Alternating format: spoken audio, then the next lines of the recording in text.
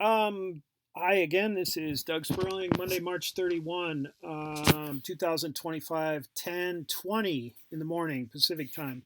Um, we're looking at Google Earth with the entire current network set available on MEXLIST, all opened in the software. And couple observations. Um, the faded lines mean that this is concessioned according to recent records to Ferromex, for example, but there's nothing there, no tracks. So, nevertheless, that's part of their concession. Um, okay, I broke this into a second video. I told you in the beginning of the last one that I would address other sources for material. Okay, here's MEXLIST, I believe, is the only source on Earth for material like this. That's part of the reason I'm doing it with such attention and care because, I mean, I would be less interested in redoing something that was already available elsewhere. But since it's only available here, it demands, quality.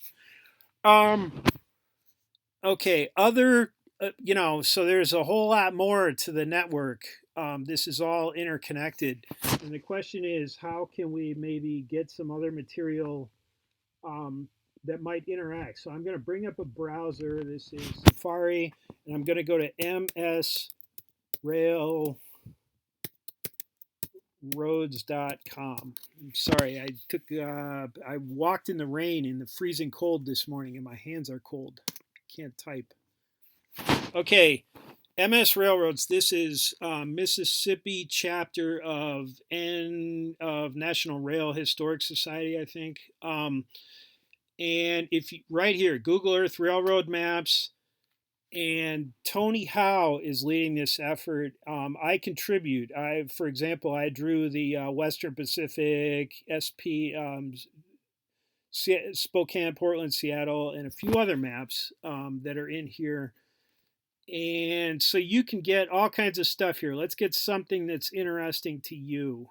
Um, let's get Kansas City Southern. I'm gonna click on this, and that thing just downloaded. We'll go on my downloads folder, and there it is. That's what you see when you click there, and that comes up. Now you can see this is classic era Kansas City Southern. So and I designed this project to work together with the MS Railroads project. So that means designed in terms of like the color schemes and the widths of lines and the way we display stuff. You'll notice, for example, some things here are faded, other things are bright, and then some things are thick and wide and faded. These are rights, these are abandoned, um, and these are classic era tracks still in service now for a different, well, the same operator, Kansas City Southern, well,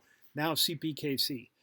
Um, we can also go to my own work. We're going to look at something that will be uploaded to that site, but it's not available yet. Here, let's look at what they've got now.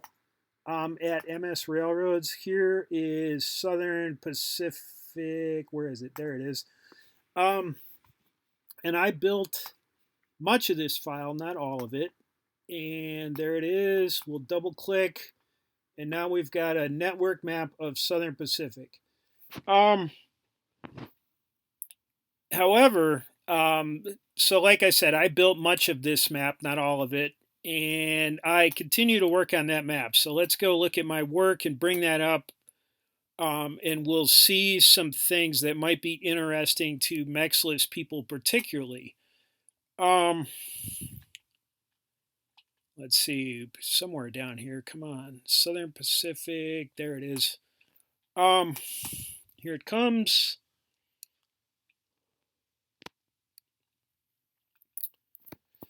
And anyone who wants this file can have it for the asking. It's not organized in a way that it's very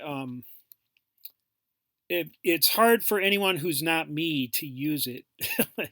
um, so I'm going to select the Southern Pacific that I just opened, and I'm going to hit this thing right here and apply some fade. So now my current file is gone, and the old Southern Pacific file, the one we just got here, that one, that's the currently publicly available file. That's what we're looking at. And so I'll bring my work back now, my current work where I'm working to update this thing. And we'll see what's different. Let's zoom in on Eagle Pass so we can sort of look at, some of the issues and concerns, and some of the differences. So right now, there's the publicly available Southern Pacific file interacting with the currently available MEXLIST file, and you can see, maybe there's some editing needed. And let's bring up my current in progress work and see, what some of the differences are. So now you can see that I have edited that so it works better, fits better. I've also added, for all of West Texas, all of one of the most magical lands in the entire North American network, West Texas. I've added all the current UP tracks. Why the current UP tracks? Because that is helping me get back to the Southern Pacific tracks. So I drew, everything basically west of San Antonio, and then I'm trying to get a handle. I'm looking at David Bernstein's work and trying to get a handle on the many Southern Pacific relocations across West Texas. Going, and there are many of them. Everybody knows this curve is very famous. Anyway, that's sort of one way to get additional network information that sort of meshes with this. I'm in the process of making it all mesh better with the MEXLIST work. There is work for Canada available, analogous or similar work. It's being done by a person named Paul Delamere. It's being led by, and his sites have all gone dark recently, but we'll bring up, I've got it downloaded here, so we can't get this from the internet right now. But again, you can get it from me for the asking. He has not done the whole country yet. There are other people that have done the whole country. The government, for example, of Canada has mapped the whole country in a way that's similar to what we're displaying on MEXLIST. However, to much lower quality, much, like 2 orders of magnitude lower quality. So anyway, let's bring up a Canada map. This is as he gives it to us. And you can see again the issue that I've talked about, which is this thing comes up with all the text turned on, so it's hard to see the network underneath the text. And then the issue is because if he's got the way he's got the text in there, if you right click this for editing a text object, hit get info, and now you've got this thing ready for editing. There's the place mark. We're editing a crummy edit, but we're editing. The issue that informed actually my work for MEXLIST is he's got these place marks, the stations mixed in the folder structure, mingled in many different locations with the drawn line work. So it's very hard to go through. You'd have to click through and separate everything. So what I was after was one click. I wanted to solve the most basic problem first, which is visibility. You can't see stuff. You want access to this text, but you also want to be able to turn it off with one click.